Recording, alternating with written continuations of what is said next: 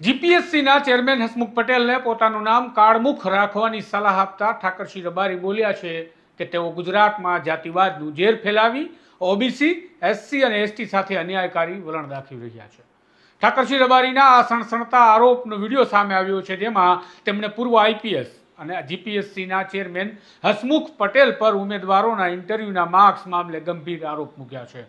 કેટલાક ઉમેદવારોના નામની સાથે તેમણે ઉદાહરણ આપતા આરોપ મૂક્યા છે કે જે ઉમેદવાર ગુજરાતમાં લેખિત પરીક્ષામાં ટોપર હોય તેને ઇન્ટરવ્યુમાં તળિયે લાવી દેવામાં આવ્યા છે અને તેમની સાથે અન્યાય કરવામાં આવ્યો છે. આવો વિગતવાર વાત કરીએ કે શું કહ્યું ઠાકરસિંહ રબારીએ જીપીએસસીના ચેરમેન હસમુખ પટેલ માટે અને કેવા ગંભીર આરોપ મૂક્યા છે જીપીએસસી માથે. નમસ્કાર, હું છું તુષાર વસિયા, આપ જોઈ રહ્યા છો સ્વમાન. ગુજરાત પબ્લિક સર્વિસ કમિશનની પરીક્ષા પાસ કરી અધિકારી બનવું એ લાખો યુવાનોનું સ્વપ્ન હોય છે, પરંતુ જ્યારે પારદર્શકતા પર સવાલ પેદા થવા લાગે ત્યારે લાગણી કોચવાય તે સ્વાભાવિક વાત છે. અને આવું ભૂતકાળમાં અનેક વખત થયું છે, જેમાં જીપીએસસીની ભૂમિકા પર સવાલો પેદા થયા હોય અને આરોપ લાગ્યા હોય તેવી ઘટનાઓ સામે આવી ચૂકી છે, જેમાં મુખ્યત્વે ઇન્ટરવ્યુના માર્ગ બાબતે આરોપ લાગતા રહ્યા છે. પરંતુ હવે આ મુદ્દાને લઈ કોંગ્રેસના નેતા ઠાકરસિંહ રબારી મેદાનમાં જોવા મળ્યા છે. ઠાકરસિંહ રબારીએ આજે એક વિડીયોના માધ્યમથી આરોપ મૂક્યા છે કે પૂર્વ આઈપીએસ અને જીપીએસસીના ચેરમેન હસમુખ પટેલ અન્યાયકારી વલણ રાખી રહ્યા છે અને જાતિવાદનું ઝેર ગુજરાતમાં ફેલાવી રહ્યા છે.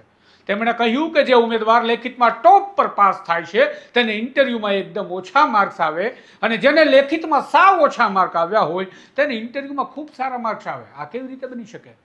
આડકતરી રીતે ઠાકરસિંહ રબારીએ કહ્યું કે આ જાતિવાદનું પરિણામ છે અને તેના માટે ચેરમેન હસમુખ પટેલ જવાબદાર છે. સાંભળો ઠાકરસિંહ રબારીએ કેવા સણસણતા આરોપ મૂક્યા છે જીપીએસસી અને તેના ચેરમેન હસમુખ પટેલ પર.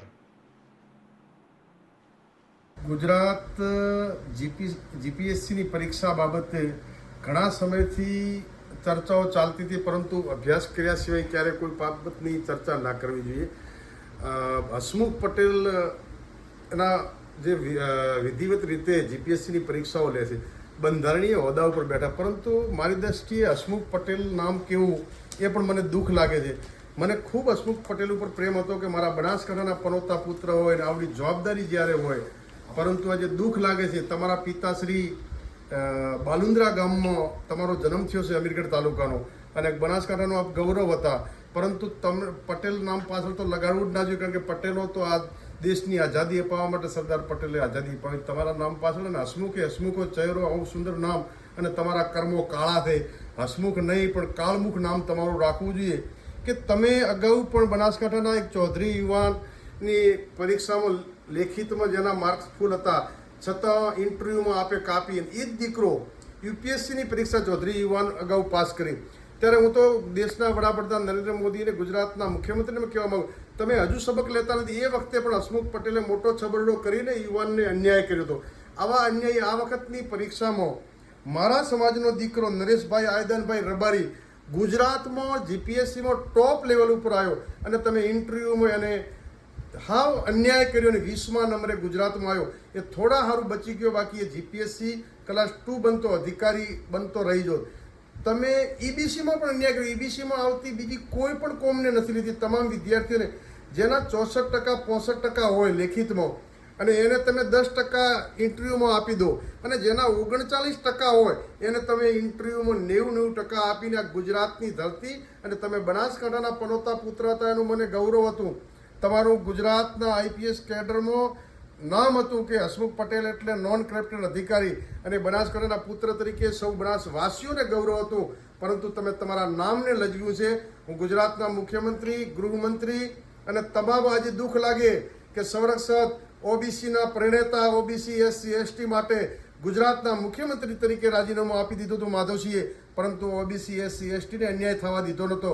આજે જ્યારે ઓબીસી એસસી એસટી સમાજો હોય કે ઈબીસીના તમામ સમાજ, તમે જાતિવાદનું ઝેર ફેલાવીને આજે દીકરાઓ પોતાના ઉજ્જવળ ભવિષ્ય માટે જીપીએસસીની પરીક્ષા આપતા હોય અને તમે એને તમારા પાપના ઘડાઓ તમે અન્યાય કરો. તમે કરપ્શન નથી કરતા તો તમે જેના 64-65% હોય એને તમે ઇન્ટરવ્યુમાં 10% 15% આપીને અન્યાય કરી રહ્યા છો, અને જેને 39% હોય 40% એને તમે ઇન્ટરવ્યુમાં 90% આપો. માત્ર ને માત્ર એક જ વ્યક્તિઓને આવું અન્યાયકારી વલણ તમે બંધારણીય હોદ્દા પર બેહીને કરી રહ્યા છો, ત્યારે ગુજરાત સરકારના માનનીય મુખ્યમંત્રી શ્રી, માનનીય ડેપ્યુટી મુખ્યમંત્રી શ્રી હર્ષભાઈ સંઘવીને વિનંતી કરું છું કે આ તમામ સમાજોને અન્યાય થઈ રહ્યો છે અને આ હસમુખભાઈ જે જાતિવાદનો ઝેર ફેલાવીને ગુજરાતની ધરતીને કલંકિત કરવાનું કામ કર્યા છે, તાત્કાલિક એમને આ બંધારણીય હોદ્દા ઉપરથી નહીં હટાવવામાં આવે તો ગુજરાતના તમામ સમાજો સડકથી સંસદ સુધી જ્યાં લડવું પડે ત્યાં લડશે. પરંતુ આ તમામ દીકરાઓ જ્યારે પરીક્ષા આપતા હોય અને એમના જિંદગીના અરમાનો રોળી દેવાનું જે પાપ કરી રહ્યા છો, એનો મતલબ તો તમે જેને 40% વાળાને 39% વાળાને 90 ઇન્ટરવ્યુમાં આપો છો 90 ગુણ, એનો મતલબ તમે કરપ્શન કોઈ ને કોઈ દ્રષ્ટિએ કરતા હશો તો જ આ રીતે 90 ગુણ આપતા હો. બાકી જે લેખિતમાં ફર્સ્ટ નંબરે હોય અમારો દીકરો આવેદનજીનો દીકરો ભાઈ નરેશ, અને નરેશને તમે આખા ગુજરાતમાં લેખિત પરીક્ષામાં ફર્સ્ટ હોય અને ઇન્ટરવ્યુના માર્કસમાં તમે કાપી અને તમામ સમાજોનું અપમાન કર્યા છો. ગુજરાત સરકારને માનનીય મોદીજી તાત્કાલિક પગલાં લઈ અને આ બંધારણીય હોદ્દા ઉપરથી હસમુખભાઈને હટાવે. એમનું નામ પણ હસમુખ નહીં કાળમુખ રાખવું જોઈએ. આવા અધિકારીએ જે ગુજરાતની ધરતી અને બનાસકાંઠાના પુત્ર થઈ અને તમે કલંકિત કર્યું છે, દુઃખદ બાબત છે. તાત્કાલિક બંધારણીય હોદ્દા ઉપરથી એમને હટાવવામાં નહીં આવે તો ગુજરાતની જનતા જ્યાં લડવું પડે ત્યાં લડીશું. તો આમ ઠાકરસિંહ રબારીએ વધુ એક વખત આ ઇન્ટરવ્યૂનો જે ખેલ જીપીએસસીમાં ચાલી રહ્યો છે અને જે વારંવાર ચર્ચામાં આવતો રહ્યો છે તે બાબતને હવા આપી છે અને ઇન્ટરવ્યૂના ગુણ મામલે હવે વધુ વિવાદ વકરે તે પ્રકારની સ્થિતિનું નિર્માણ કર્યું છે. જોઈએ આગામી સમયમાં હવે શું થાય છે, કઈ પ્રકારે જીપીએસસી આ મામલાને થાળે પાડે છે અને કઈ પ્રકારે જીપીએસસી પોતાની પારદર્શકતા જાળવવા માટે પગલાં લે છે અને કઈ પ્રકારે જેમ ઠાકરસિંહ રબારીએ કહ્યું કે અમે સડકથી લઈ સંસદ સુધી લડીશું, તો શું ખરેખર જ્યારે સડકથી લઈ સંસદ સુધીની લડાઈ થશે ત્યારે જઈને જીપીએસસી પોતાની પારદર્શકતા પુરવાર કરવા માટે નાગરિકોની સમક્ષ આવશે અને પોતાના તમામ જવાબો આપશે. જોઈએ શું થાય છે. દરેક અપડેટ માટે સ્વમાનની ચેનલને લાઇક, શેર અને સબસ્ક્રાઇબ કરવાનું ભૂલતા નહીં. નમસ્કાર.